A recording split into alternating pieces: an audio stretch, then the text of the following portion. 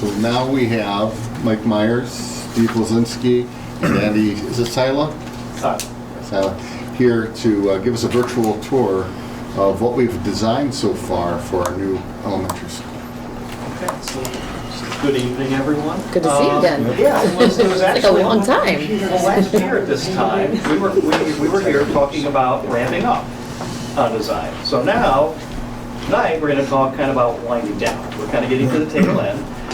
Michael's going to talk about, where we are in the process, where we've been as far as all the meetings that we've had and people we talked to during the process. And then the exciting thing is he's going to show you a virtual tour and use our computer design tools and be able to take you on a virtual tour throughout one of the elementary schools. Very cool. So I think it'll be a really nice thing and something that people can really get a good feel for what it's like inside the building. Nice. So Michael, whenever you are ready. All right. Thank you, Take it Steve. away. As Steve was saying, we'll do a quick walkthrough of the building here in a three-dimensional environment. But before I start that, just a quick update on where we are in the process overall. We are expecting within the next week to finish what we consider the design phase. Construction documents will be coming to an end. Over the last month or so, as we've been doing our construction documents, we've held several staff meetings to do a final review of technology systems. We've also had meetings with district staff to go through and discuss door hardware and security issues. We had a meeting last week to go through and discuss exterior colors for the building. We selected some colors for the building. What you see on the screen is not a representation of the building colors. So this is just a model that is intended to show you the form and the scale of the building, but not the finishes or the color selections of the building. In addition to the staff meetings, we've also been reviewing the interior color selections of the building.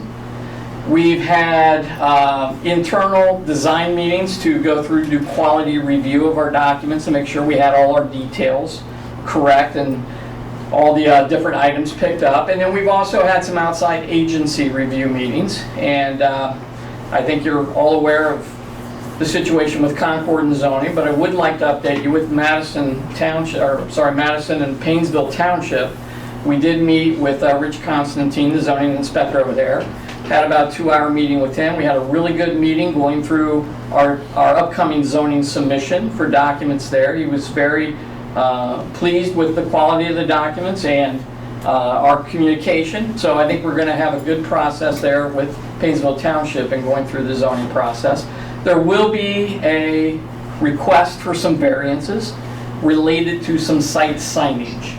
And Rich has also indicated that even though our current design, our signs are a little bit bigger than what the township allows, he felt that what we were intending to do on a school site with larger signs that had very clear directions, this is parent drop-off, this is student drop-off, and directionality across the site, that was really what should be present for a school environment. So he's very supportive of having those signs, but it's just a technicality that we have to ask for a variance and to get those. So once we go through and finish our process, we will be making our submissions then to the building department to start our building permit review process.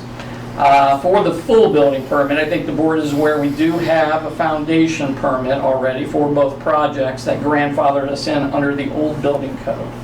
So now we'll be seeking the full building permit. We'll also be doing other agency reviews, soil and water, fire department, utility reviews, and things like that. So that'll all be happening over the next month. And then Icon Construction, I think, is intending to release the projects or start their bidding process in early January through February. So, with that being said, I'll try and take you on a quick walkthrough here of the building. Again, as I said, this is form and dimensional capacity of the building. It's a really good 3D walkthrough, but it's not colors and finishes. And I will tell you, this is a working model, so you're going to see some things floating around out there that you might question what they are. So It's not a perfect model. So I'll try and walk you through this, and I apologize, I'm going to kneel down here because I got to kind of drive as we go through this. And if I start going too fast and somebody gets dizzy, let me know. Mike, do you want a chair? I'm okay. Take that one, I'll stand in the back. I've been through it, so I'm okay. I gotta get back there. I know, well, you were gonna have to eventually. Thanks.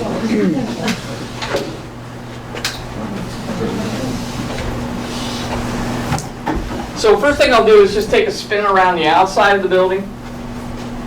This particular layout of the building is the representation of the building design for Concord. It is the same building design for Madison, but Madison is mirror image from what you will see here. We have the main gymnasium area here to the left-hand side of the screen. Music room, and this is our main entry. And I'll zoom in a little bit here. So we come into our main entry canopy. The doorways are recessed. We have building lettering here, and building naming is something that will still need to be determined by the district, so the lettering you see is just a placeholder at this point. We're going to have an illuminated logo, school logo here. This will be an acrylic logo. That'll be LED backlighting, so it'll be a nice illuminated item at night for visitors coming into the building. As we pan to the right, the second story that you see here is the Media Center and Innovation Lab area. First floor down here is the administration. Further to the right is our academic wings. So this is our classrooms, two-story element. I'm going to go a little fast here, so again.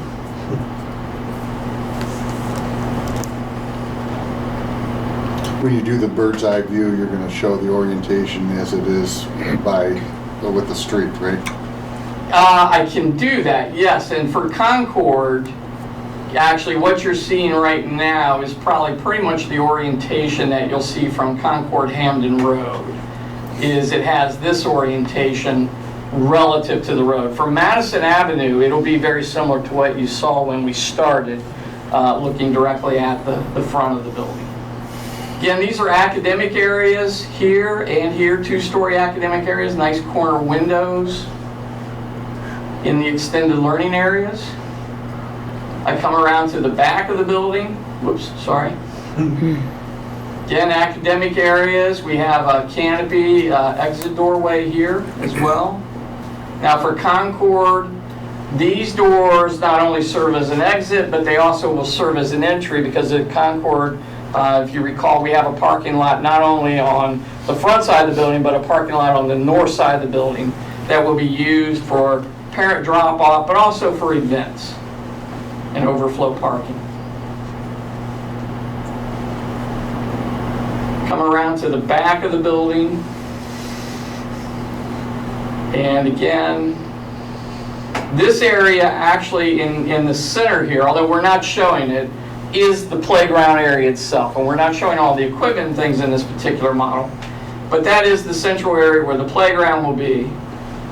Again, we have academic classrooms here. This is a mechanical room for air handlers. This area here is the staff dining commons. And then the second floor here is windows into the media center. This is the doorway that would be the event entry for Concord at the back of the building, and it aligns directly with the front main entry. And then again to the right-hand side. So at Concord, that door would be close, like wrapping around to the parking lot there? Yes, there will be a walk path that will go from the parking lot right to that door, but also that walk path will take you directly to the dining commons door, which is right here on the right-hand side, Jack. And you can choose whether to let them come in the double door here or right directly into the dining commons area. Yeah, that's nice. So this is the stage area here, and then to the right-hand side, again, we have mostly kitchen and maintenance areas, mechanical areas. I'll try and elevate us here a little bit. So deliveries as well, correct? Deliveries as well will be coming into this back area. This is primarily our service area of the building. There's a set of doors here that are outdoor storage area for lawn mowing equipment and snow plows, variety of things. This is our main entry, delivery entry door that'll lead to a loading, receiving, custodial room. And then the doors down here on the end are for mechanical and electrical equipment access. And then as we come around, you If see I could, since we have the aerial view and we can see the roofs, when we have talked previously, flat roofs are definitely not in at this point. And from this vantage point, it looks like they are fairly flat. Can you talk a little bit about how much drop there's going to be from the center to the edges and things like that? Yeah, absolutely. Flat roofs are a generic term, and back in the days when this building was built particularly, they were truly flat roofs. Nowadays, we are actually required by code, the roof has to have a minimum of a 1/4 inch per foot slope on that roof. And while it's not really very well visually seen here, there is typically anywhere from 8 to 12 or 16 inches of slope across some of these spans of these roofs that go to interior drainage points. And we're actually required to have positive drainage on the roof, and there are limitations by code that, let's say, we can't have ponding that occurs on the roof in large areas. So, and that is something that's all visually inspected during construction as well, to make sure that we have the positive slope and adequate drainage on there. Yeah, I mean, just for everybody else's background, we've had issues with some of our existing buildings because they truly are flat roofs, and that situation we avoided in the new construction. Yes. So again, we're back to the gymnasium. This is the mechanical yard. There is actually fencing around that and 6-foot tall evergreen trees that are planted all around that help conceal that. We're just not showing that landscaping. So now I'll try and quickly take you into the building itself here.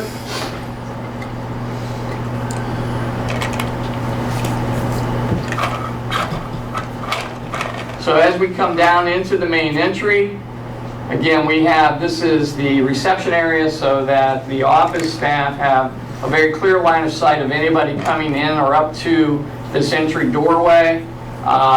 Any visitor into the building will be required to use the buzz-in intercom system before they even gain access to the vestibule to get into the building. They have to be buzzed in.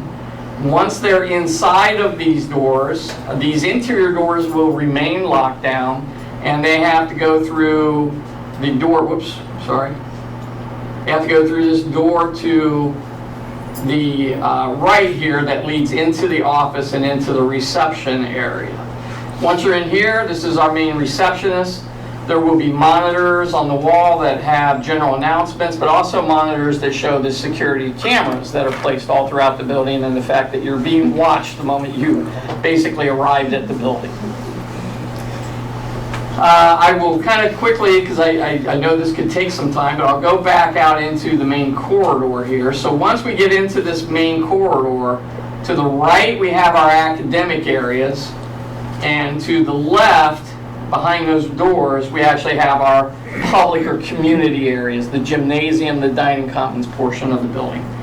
So as we go to the right, you'll see some bulkheads here. There's restrooms back here for public use and student use. We also have added this security grill that you see here, so that in after hours use, if the district wanted to have the community using the dining commons or gym, they could secure the academic area of the building so that people weren't roaming throughout any other portion of the building. The stairs lead up to the second floor, and I'll come back through there. So real quickly, I'll kind of run down the corridor here. The doors you see here would normally be open. Those are security doors, and in the model they're shown closed, but in a lockdown situation, those doors would automatically close and lock, preventing people coming into this section of the building, and there are a series of those compartmental doors throughout the building. To the right, we have special education classrooms. And I'll just real quickly take a peek in there. Shows some of the casework layouts. Now the furnishings we haven't fully designed yet, but it shows a general layout of the classroom, the sinks, and the cubbies that are in this space. I'll go back out here. I'll walk down the corridor To the right-hand side, you will see we have student restrooms with the wash fountains out in the corridor so students can be observed. To the left, we have a mechanical room, but we've added glass to the doors so the students can actually see what's going on inside the building. What is the heart of the building? What are those mechanical systems, the ductwork, the piping, everything doing in there? Whoops, I'm running out of power. Steve, can you grab my cord there? You got 5 minutes. 5 minutes to finish. No running in the halls either. Yeah. The graphics you see on the sidewalls, those are acoustic wall treatment that the students, they add color to the building, but they'll also give the students places to hang posters and displays. Stairs that go upstairs. Now I'm entering into one of our classroom learning areas. This has, thank you, sir, I appreciate that. There we go. So this is, there are 4 classrooms in each learning community, and they have an extended learning area. So we have an open learning area here, open ceilings, casual, comfortable seating. What you're seeing here are the computer charging carts where they would live at night when they're plugged in. And then every classroom has lots of open windows for connectivity between the educational spaces so the students and the teachers can see what's going on and throughout these areas. This is a small group learning room for small projects or tutoring, and another typical classroom. Each classroom has the cubbies within the room except for the 5th grade. How many cubbies approximately? It's approximately, I want to say it's about 26. We designed for 25, and we usually throw in 1 or 2 extra just in case, you know, for a little overflow with those. I'll double check and make sure on that. And So- each classroom has windows? Each classroom has windows to the outside. I think every classroom has about 2 windows. The kindergarten, I believe, has 3 windows to the outside. Kindergarten classrooms are larger than regular classrooms. They're about 1,000 square feet. They're a little over 1,000 square feet, closer to about 1,100 square feet. So. Is that because they use the floor more and things like that? Yeah. A bathroom in there too. That's nice. So that, if I went through those doors, that would be another learning community. We have doors that lead to the outside there. I can walk up the stairs. We have a nice curved feature to the stair accent wall. Again, the upstairs has the very same configuration as the downstairs as far as how the rooms are laid out. So I'll continue down this second corridor here. We have staff workrooms on each floor.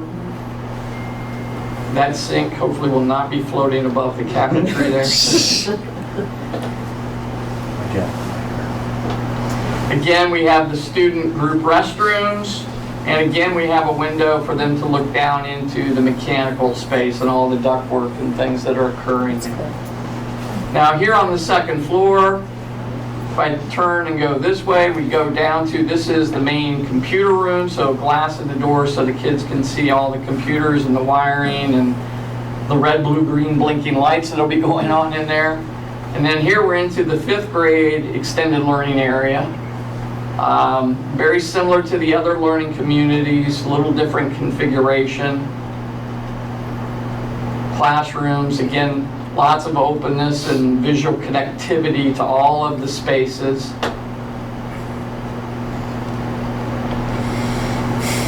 And then as we go out of the 5th grade, I'll go back down to... Do all the classrooms have a sink? all of the classrooms have a sink in them. Yes, that is correct. They have a And, drinking fountain. Yeah, that's and a awesome. bubbler, yes. Nice. And then here on the second floor, we have one special education room, very typical classroom environment. And then we also have an art room on the second floor, which has exposed ceiling. Lots of open space, storage, some very large, nice sinks for all kinds of project activities. Windows so students can see into the art room space as they walk by here. The mirrored doorway here is actually an elevator. And then we're at the main landing of the second floor. Again, students can see out to the playground area. They can see downstairs. We have a glass garage door, and this is the innovation lab or maker space for a variety of different projects or things that could occur in here. There's going to be a green wall for television broadcast, same large sinks and so. And then another glass garage door that provides connectivity so that this could be opened up with the media center as well.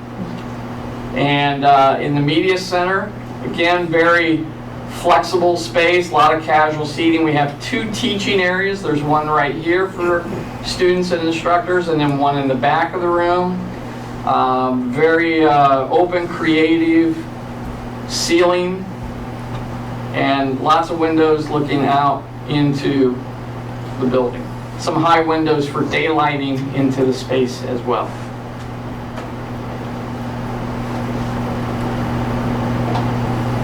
I'll go back downstairs here. Now we'll head over to the, what I call generally the public portion of the building, but we go through the security doors. Now we have music room. Again, hopefully those chairs won't be floating. So music room, music storage in here for students, risers. We have public restrooms again over here on the right-hand side. I really don't know what that is there. I'll have to find out where that came from. Concession area, so we have a concession window and just a small concession area with a refrigerator, a sink, shelf space for, you know, a hot dog maker or popcorn machine or things in here, and a counter for transaction surface. Then So that would have, that room would have like 220 power there and that kind of thing? It does not have 220, it has 120 on the power. We didn't set it up for any commercial grade equipment, more just your plug-in residential type of equipment. And how hard would it be to add if needed? Would not be that hard. I mean, if that's something we want to add, we can certainly take care of that right now. It'd be harder later. That's what I'm asking. Yeah, it would be harder later. So it's something that we'd want to do now if that is something the district wishes to have in there. This is our dining commons. And again, the tables are really just a placeholder right now. We haven't decided on the style of tables. You see our stage and our proscenium with a projection screen, doors that go out to the playground. And then there are television monitors that will allow for broadcast in here, general announcements or TV or event broadcast. And then doorways that lead into the kitchen and food serving lines. And then this window back here is where wash return for dish return. And then we have the operable partition, which is shown in an open condition, and that would allow the space to be opened up to the gymnasium for bigger community events or fairs or things. How many does the cafeteria or whatever hold? The dining commons itself, if you're doing it just for lunch, it holds a little over 200 people. If you were doing it for performance seating, It was 340 something. yeah, I think that was correct. If you had just seating in there, it was about 340, 350 in that range, basically 343 if I recall Yeah, that's correctly. right. With just chairs? Just chairs, yeah. If you ended up with the tables like at New Middletown, Okay. where the bench flips Yes. to use, Yes, I think I know what you're talking about, yeah. does that add more seating? Well, it very well may. We'd have to do a layout and then check the capacity of that, but it possibly could. There is a lot of variety depending on the actual furniture style you choose.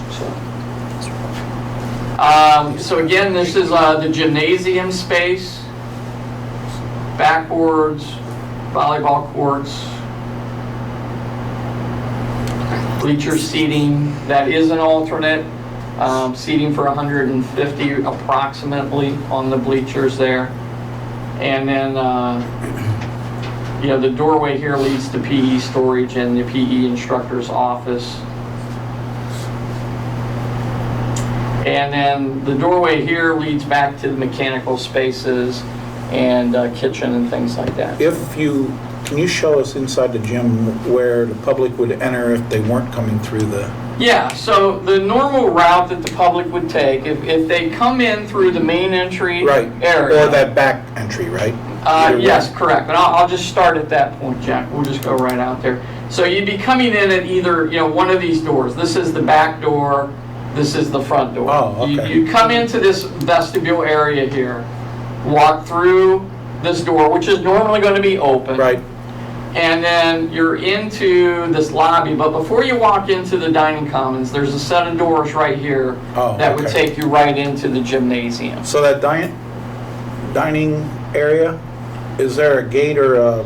There is not a block or a gate or a doorway that separates this corridor from that dining commons area. And so, yeah, the access is you really just come in to the gym through here, but you're still open into this dining commons. We don't have a blockade or a divider between those two areas. And in general, this is a high-use corridor because the students are going to be going to that dining commons and to the kitchen area frequently. So, Well, I'm Less- thinking like, just take an old building right now today that most of us have been in. Chardon High School's kind of like that. That the cafeteria is right to the gym, and it lends itself to a lot of people gathering there instead of there. Just saying. And we can always bridge that too if we had to with a. so that is kind of a quick walkthrough. I hope that's been informative. That's and been if there's great. any other questions, I just have one other. Yeah. What I saw is pretty much what we've been envisioning. The corridors look small to me. Okay. Can you elaborate maybe on the width of them? Like, for example, I'll give you one thing that I was looking at. The steps are the steps right in the main hall there, Yes. but to the side of it is where the majority of the people are going to be going. My suspicions are to get to the different. Yeah, and I apologize because I don't have exact dimensions for you here, but I'm going Okay. to give you a rough idea. I mean, it's not what 4 it is. foot, is it? No, and that's the That's key. what it looks like. That's the key, yeah. Okay. That stairwell is probably in the neighborhood of about 5 feet 8 inches to 6 feet wide. Okay. Right there. And this corridor, again, I don't have exact, but you're probably looking in the neighborhood of 7 to 8 feet wide just in the corridor area here. Because I'm thinking of little kids passing each other, and once you turn the corner, it's basically the same. It really does. You really hold that 8 foot roughly as we tend to go down through these corridor areas of the Okay. building. Okay. And then it widens out, here where we Yeah, have outside the. the activity areas where students are going to be going in and out of doorways and things like that. So, Looks really, really nice. thank you. I like the fact that while the exterior looks very traditional, the interior does not. And as I haven't been part of the design process at all, I'm just really excited to see that it is. Wait till you see the It colors. truly is like what we have envisioned, like from the very beginning. Colors were what said that even Right. more. Yeah. So it's been a fun process working with the district, and Melissa has been an enormous help all throughout this process, and Very especially in pulling all the staff meetings together and working with us as well. So if there's anything else, I'm glad to answer. Where's the ice cream machine? Just Yeah, don't have those. 220 line. Setting Yeah, to that's what. this, that's right. this facility setting on 608, which way would the doors be facing the main entrance? So, yeah, Towards the roadway. let me back out of the building here a little bit. So, 608 being Concord Hampton Road would be running, let me see if I can get this around the side there. We are, whoops, oh, Everything's levitating. we're sinking below the ground there. So really, the alignment is, with 608 would be, you'd be looking more at this angle at the and then once you come in the main driveway, which is right here, you'd be coming in that driveway leading up to the entry. So the view from Concord Hampton Road is primarily looking at this end of the academic wing. That's really mostly your view there. Is there a way, I'm just asking, when you say that, we change, like this building, say this was the one that's going to Concord. See how you got that white accent there on those windows?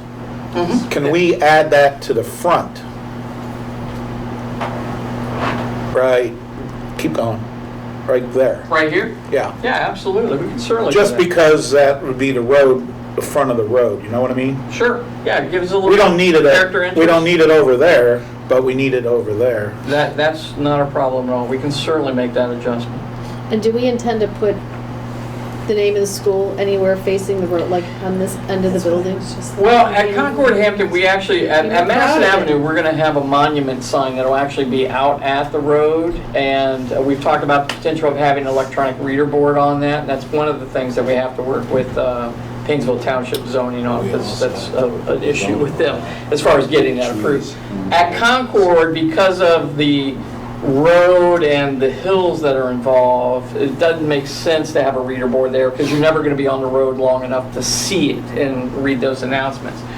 So we don't have anything right now with the building lettering here. Right now, that building lettering is really back here. Whoops, I've done it again. Even like the address number.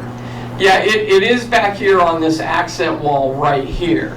Now, we can certainly add it if it's desired. We could add that right out here at the corner of the building too. I mean, I don't know, yeah, I don't know about anybody else, but I think we're proud of these schools, and gosh darn it, I'd love to see our names so that people can see it. Yeah, that, we can certainly add, we can either move that lettering out here or just add a second set of lettering. I think I'd Add a like to second see it set, add second set. Okay, we can do that.